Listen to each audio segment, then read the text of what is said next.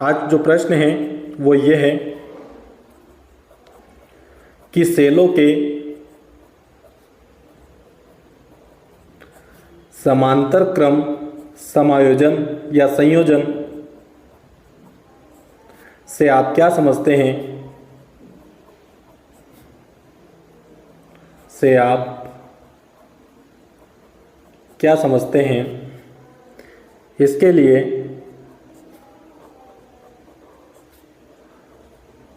परिपथ में प्रवाहित विद्युत धारा का व्यंजक ज्ञात कीजिए तथा बताइए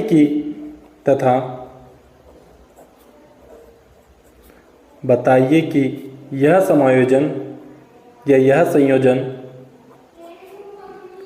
कब लाभप्रद होता है? लाभप्रद होता है। तो ये हमारा प्रश्न है कि सेलों के समांतर क्रम संयोजन से आप क्या समझते हैं? इसके लिए परिपथ में प्रवाहित विद्युत धारा का व्यंजक ज्ञात कीजिए तथा बताइए कि यह संयोजन कब लाभप्रद होता है। तो यहाँ उत्तर लिख रहे हैं हम, सेलों का समांतर क्रम संयोजन ये क्या होता है? तो देखना, इस प्रकार के संयोजन में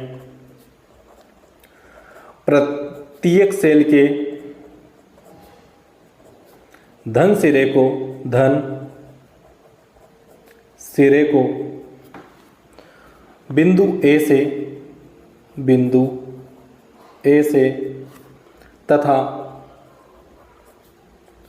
ऋण सिरे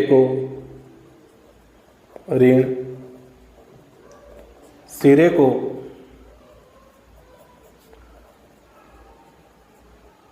बिंदु बी से जोड़कर एक बैटरी बनाई जाती है। क्या बनाई जाती है? बैटरी बनाई जाती है। इस प्रकार के संयोजन में क्या होता है कि जितने भी सेल लगे होते हैं, यहाँ पर हम n सेल लगाएंगे, उनके धन सिरे को बिंदु ए से जोड़ेंगे और ऋण सिरे को काय से जोड़ देंगे? हम बिंदु बी से जोड़कर एक बैटरी बनाई जाती है। फिर बिंदु ए तथा बी के बीच एक बाह्य प्रतिरोध जोड़ दिया जाता है।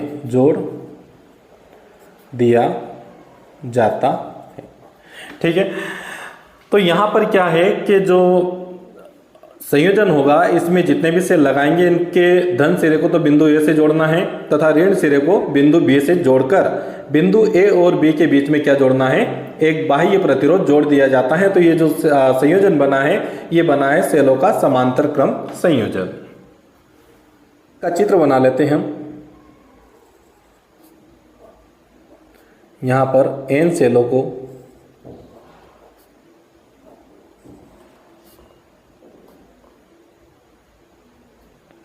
बिंदु ए और बी के बीच में जोड़ देते हैं।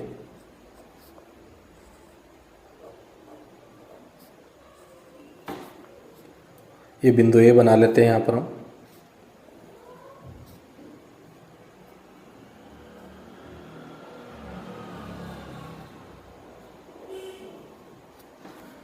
और इधर बिंदु बी बना लेते हैं।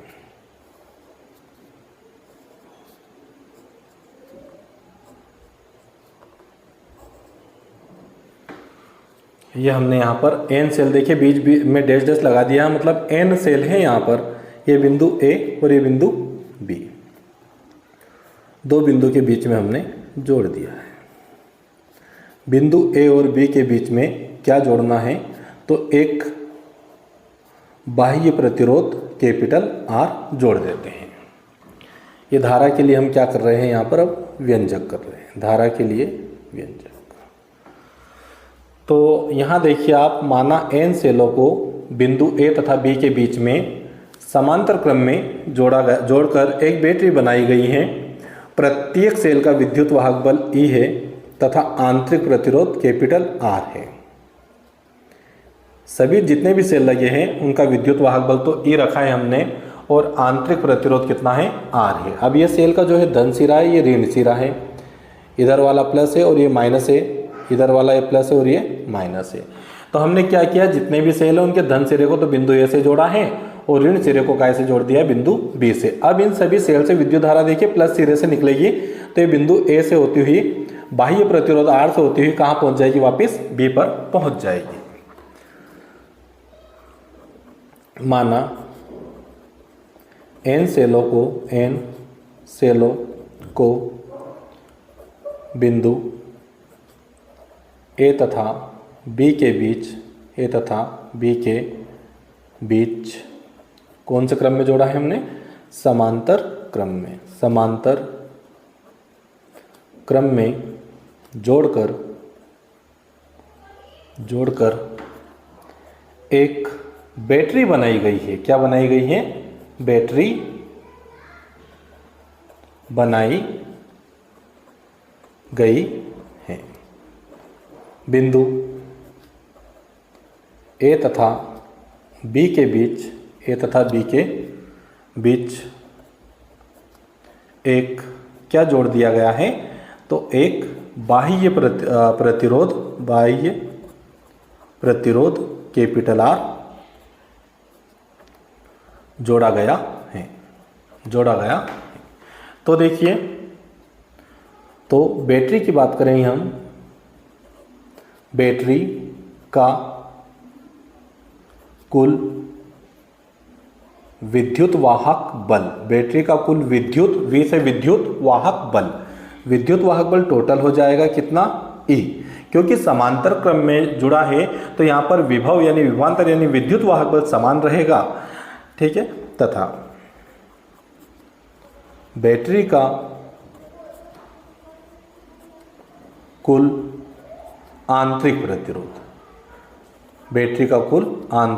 प्रतिरोध, ये कितना बनेगा, तो यहाँ देखिए इसको ध्यान से आप, आंतरिक प्रतिरोध चूंकि यहाँ पर जितने भी सेल है वो समांतर क्रम में लगे हैं और यहाँ पर प्रतिरोध की बात हो रही है, तो जो समांतर क्रम का जो फार्मूला है प्रतिरोध का वो उपयोग हम करेंगे। तो हमने इसको मान लिया R डैश, कुल आंतरिक प्रतिरोध कैसे मान लिया हमने, R डैश बराबर हो जाएगा 1/R plus 1/R plus dash dash dash, और कहाँ तक जाएगा ये, तो ये टोटल लिखेंगे हम कहाँ तक, n पदों तक। कहाँ पर, n पदों तक। क्यों, क्योंकि हमने कितने सेल जोड़े यहाँ पर, n सेल जोड़े हैं।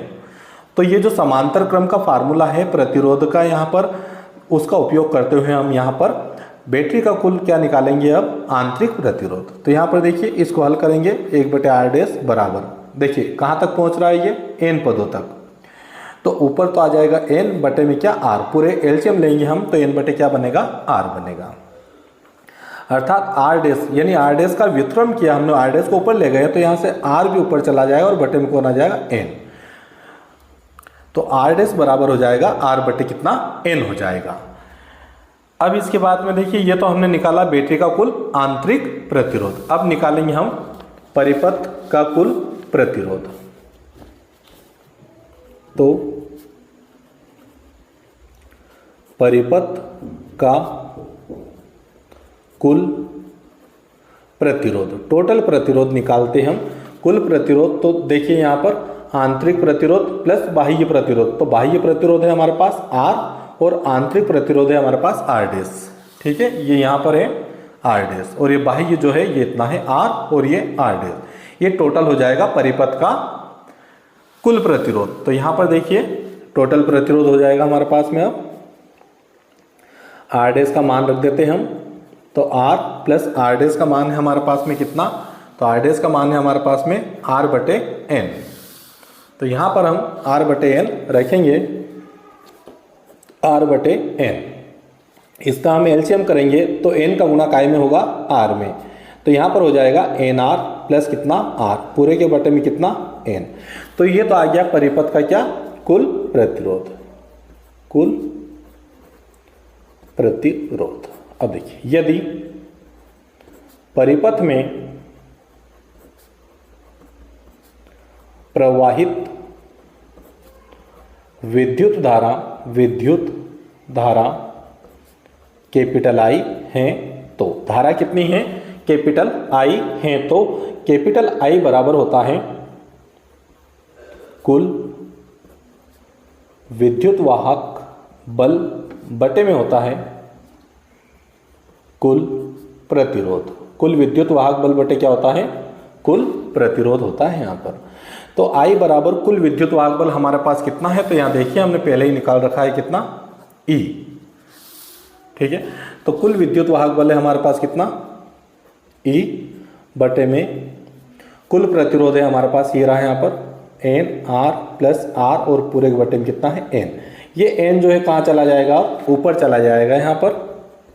तो I बराबर ये फार्मूला बना NE बटे NR प्लस क्या R। धारा का जो मात्रक होता है वो होता है एम्पियर। यही अभिष्ट क्या है, तो यही अभिष्ट व्यंजक है। ये धारा के लिए क्या है, व्यंजक है। अब इसके बाद में हम कि यह समायोजन कब लाभप्रद होता है, तो उसके लिए हम स्थिति फर्स्ट निकालते हैं। स्थिति फर्स्ट कि जब बाह्य प्रतिरोध का मान, जब बाह्य प्रतिरोध का मान आंतरिक प्रतिरोध के मान से, आंतरिक प्रतिरोध के मान से अधिक हो, बाह्य प्रतिरोध का मान आंतरिक प्रतिरोध के मान से क्या हो, अधिक हो, अर्थात capital R greater than small r। बाह्य प्रतिरोध का मान किससे ज्यादा हो, स्मॉल r से ज्यादा हो, तो स्मॉल r की उपेक्षा करने पर जिसका मान देखिए बहुत कम है, उसकी क्या कर दी जाएगी, उपेक्षा करते हैं। तो फार्मूले में देखिए, इस फार्मूले का उपयोग करेंगे वापिस हम। I बराबर NE बटे में NR प्लस स्मॉल r की क्या कर रहे हैं हम, उपेक्षा यहाँ से कर रहे हैं, सॉरी R लिख देता हूँ मैं, और स्मॉल r की क्या कर रहे हैं हम, उपेक्षा, मतलब इसका मान कितना मानेंगे हम, 0 मानेंगे। तो यहाँ पर I बराबर NE बटे में हो जाएगा NR प्लस स्मॉल r की क्या कर दी हमने, उपेक्षा कर दी। तो यहाँ पर I बराबर हो जाएगा आपके पास NE बटे में हो जाएगा NR। N से N क्या हुआ, कैंसिल हुआ। यहाँ पर हमारे पास अब बचा हुआ है वो इतना है, कैपिटल I बराबर बचा है हमारे पास में E बटे R, यानी विद्युत वाहक बल। E का मतलब क्या है, विद्युत वाहक बल, और R का मतलब क्या है, प्रतिरोध। तो E बटे R टोटल मतलब हुआ है, E बटे R का मतलब है एक सेल से प्रवाहित विद्युत धारा, एक सेल से प्रवाहित विद्युत धारा। अब सेकेंड वाली स्थिति हम उपयोग करते हैं, स्थिति सेकेंड, कि जब बाह्य प्रतिरोध का मान आंतरिक प्रतिरोध के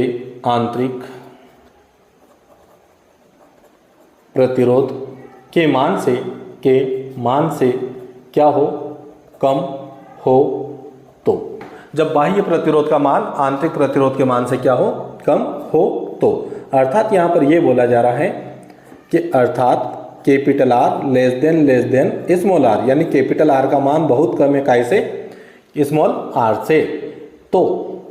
तो देखिए जिसका मान कम किसका है, अब R का, तो उपेक्षा काय की करेंगे हम,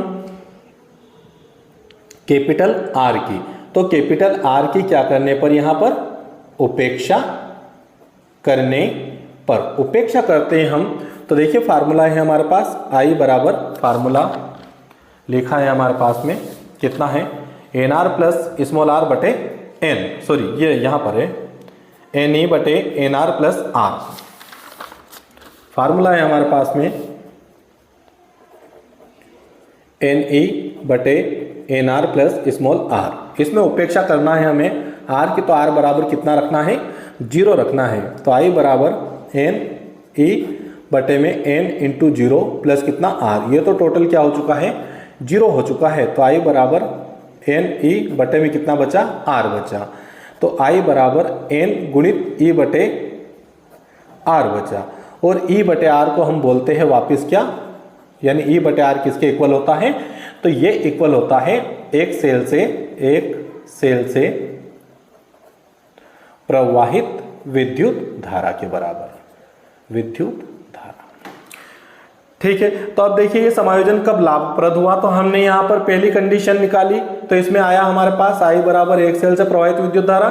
दूसरी कंडीशन में हमने केस सेकंड लगाया, तो यहाँ पर हमें प्राप्त हुआ कि आई बराबर एन इंटू, तो देखिए ज्यादा कहां पर है, तो यहाँ पर ज्यादा है, किस कंडीशन में, सेकंड में, मतलब कब कि जब बाह्य प्रतिरोध का मान आंतरिक प्रतिरोध के मान से क्या हो, कम हो। तो यहां लिखेंगे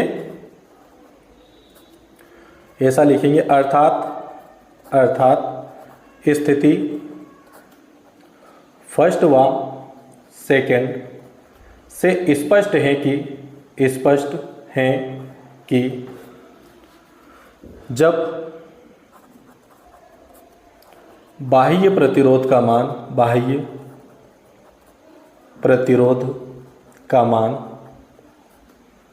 आंतरिक प्रतिरोध के मान से, आंतरिक प्रतिरोध के मान से क्या हो, कम हो, तो यह समायोजन लाभप्रद होता है।